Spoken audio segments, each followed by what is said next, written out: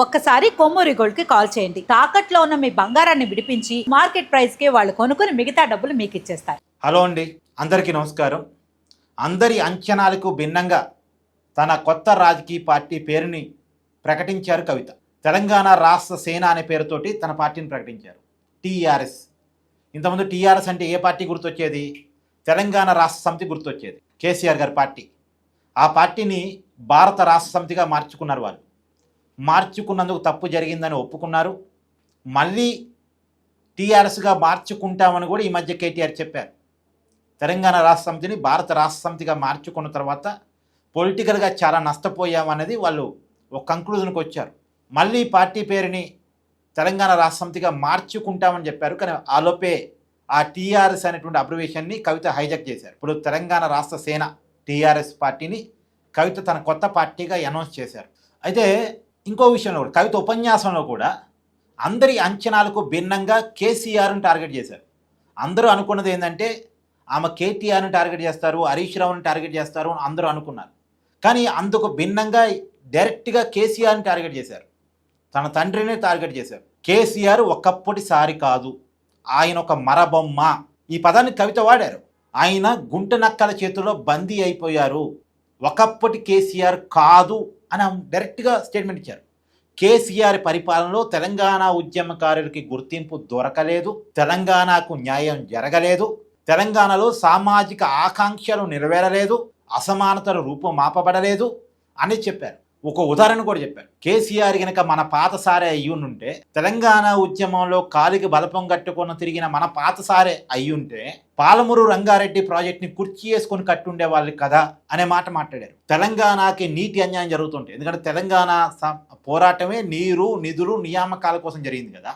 కానీ తెలంగాణకి నీటి విషయంలో అన్యాయం జరుగుతుంటే కేసీఆర్ నోరు మెలపకుండా పామోదులో కూర్చోవటం ఏంటి?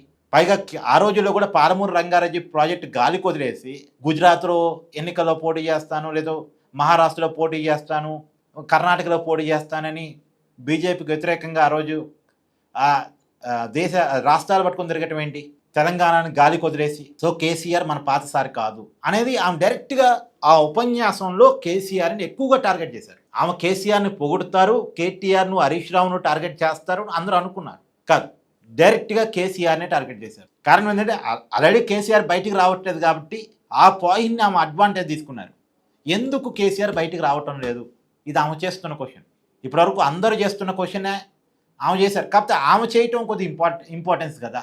కాకపోతే మొన్నటిదాకా అదే పార్టీలో ఉండి ఇవాళ అదే పరిపాలన మీద, అదే పార్టీ మీద విమర్శలు చేస్తే అది ఎంతవరకు జనం రిసీవ్ చేసుకుంటారనేది క్వశ్చన్ మార్క్. కానీ విపక్షాలకు మాత్రం కవిత మాటలు ఆయుధం. ఇప్పుడు ఈ మాటలు కాంగ్రెస్ వాళ్ళు, బీజేపీ వాళ్ళు గట్టిగా వాడుకుంటారు. అంటే ఆమె మాటల వల్ల ఆమెకి ఎంత లాభం జరిగిందో తెలియదు, కానీ కేసీఆర్ కుటుంబానికి, బీఆర్ఎస్ పార్టీకి నష్టం జరిగింది, బీజేపీకి, కాంగ్రెస్కి ఈ మాటల వల్ల లాభం జరిగింది. సో కేసీఆర్ బందీ అయిపోయాడు అనేటువంటి మాట చాలా పెద్ద మాట.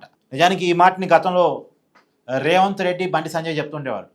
ప్రధానంగా రేవంత్ రెడ్డి చాలాసార్లు అన్నాడు కదా, కేసీఆర్ని బందీ చేశారు అని చెప్పేసి, పామోదులో బందీ అయిపోయాడు అని చెప్పేసి. ఇవాళ కొద్దిగా అటు ఇటుగా కవిత అదే మాట మాట్లాడారు. కేసీఆర్ బందీ అయిపోయాడు, కాకపోతే గుంట నక్కల చేతిలో బందీ అయ్యాడు అనేటువంటి ఒక పదాన్ని వాడారు. ఇవన్నీ నా పదాలు కాదండి, కవిత గారి పదాలని నేను మీకు చెప్పే ప్రయత్నం చేస్తున్నాను. చాలా గట్టిగా, చాలా హార్ష్గా, చాలా పదునైన డైలాగులతో తన ఉపన్యాసాన్ని ఇచ్చారు. సో మొత్తానికి ఆమె అయితే క్లియర్గా ఒక ఇండికేషన్ పంపించారు. నా టార్గెట్ బీఆర్ఎస్ పార్టీయే.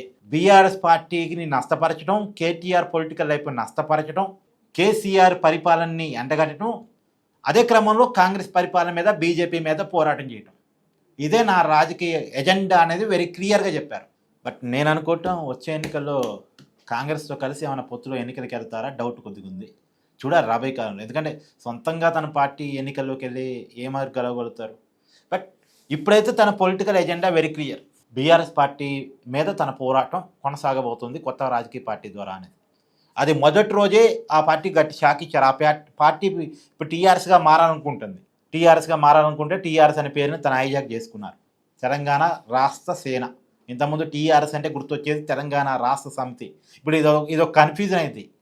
ఇప్పటికీ బీఆర్ఎస్ని తెలంగాణలో గ్రామాల్లో టీఆర్ఎస్ అనే పిలుస్తుంటారు. బీఆర్ఎస్ని టీఆర్ఎస్ అనే పిలుస్తుంటారు. ఇంకా బీఆర్ఎస్ నోటెడ్ కాల జనాలందరికీ. బీఆర్ఎస్ అది జనం మైండ్లోకి వెళ్ళలే, జనం మైండ్లో ఇంజెస్ట్ కాలే. ఇప్పటికీ కేసీఆర్ పార్టీ ఏందని టీఆర్ఎస్ అనే అనుకుంటూ ఉంటారు. కానీ టెక్నికల్గా అది బీఆర్ఎస్, టీఆర్ఎస్ కాదు. కానీ ఇప్పుడు టీఆర్ఎస్ అంటే ఏంది? తెలంగాణ రాష్ట్ర సేన, తెలంగాణ రాష్ట్ర సమితి కాదు. తెలంగాణ రాష్ట్ర సమితి ఇంకా అఫీషియల్గా ఈ బీఆర్ఎస్కి రాలే. అది ఇస్తారో లేదో కూడా తెలియదు, కష్టం ఇక. ఎందుకంటే ఆల్రెడీ టీఆర్ఎస్ అనే అబ్రివేషన్ కవిత తీసేసుకున్నారు, హైజాక్ చేశారు కాబట్టి.